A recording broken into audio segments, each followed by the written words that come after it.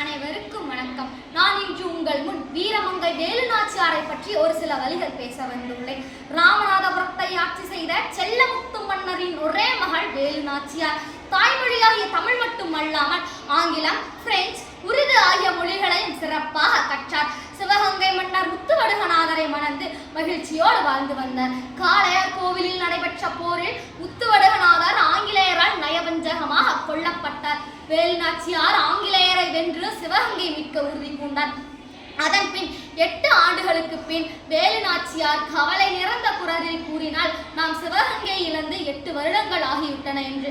அதற்கு பெரிய மருது கூறினார், கவலைப்படாதீர்கள் அரசியாரே, நாம் சிவகங்கை நிற்கும் நாள் நெருங்கிவிட்டது என்றார். அப்போது கோட்டையின் வாயிலில் பெரும் கூச்சல் ஏற்பட்டது. அப்பொழுது ஒரு வீரன் உள்ளே வந்து, அரசியாருக்கு வணக்கம், மைசூரில் இருந்து ஐதர் அலி அனுப்பிய 5000 குதிரைப்படை வீரர்கள் வந்துள்ளனர் என்று கூறினார்.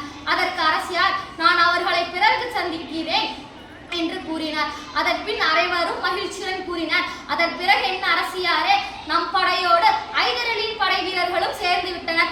உடனே நாளையே சிவகங்கை மீட்க புறப்படலாம் அல்லவா என்று கேட்டனர். அதற்கு வேலுநாச்சியார், இல்லை, என் கணவன் கொல்லப்பட்ட ஊர் காளையார் கோவில். எனவே முதலில் காளையார் கோவிலை மீட்போம், பிறகு சிவகங்கை மீட்போம் என்று கூறினார்.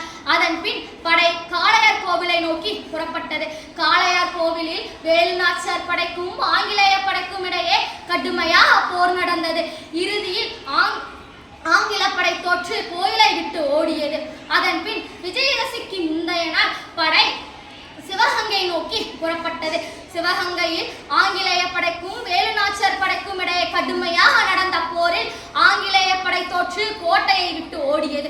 வெற்றி வெற்றி என்று முழக்கமிட்டனர் வீரர்கள். இந்த வெற்றிக்கு காரணமான குயிலி எங்கே என்று கேட்டார் வேலுநாச்சியார். அதற்கு ஒரு வீரன் கூறினான், குயிலி தம் உடலுக்கு தீ வைத்துக் கொண்டு ஆயுத கிடங்குக்குள் குதித்து விட்டார் என்றார். அதற்கு வேலுநாச்சியார், குயிலி தம் உடலையும் தந்து நமது நாட்டை மீட்டுக் கொடுத்திருக்கிறாள், அவளது தியாகத்திற்கும் துணிவிற்கும் நான் தலை வணங்குகிறேன் என்று கூறினார். வேலுநாச்சியாரின் வீரம், மருது சகோதரர்களின் ஆற்றல், ஐதர் அலியின் உதவியோடு வேலுநாச்சியார் சிவகங்கையை மீண்டார்.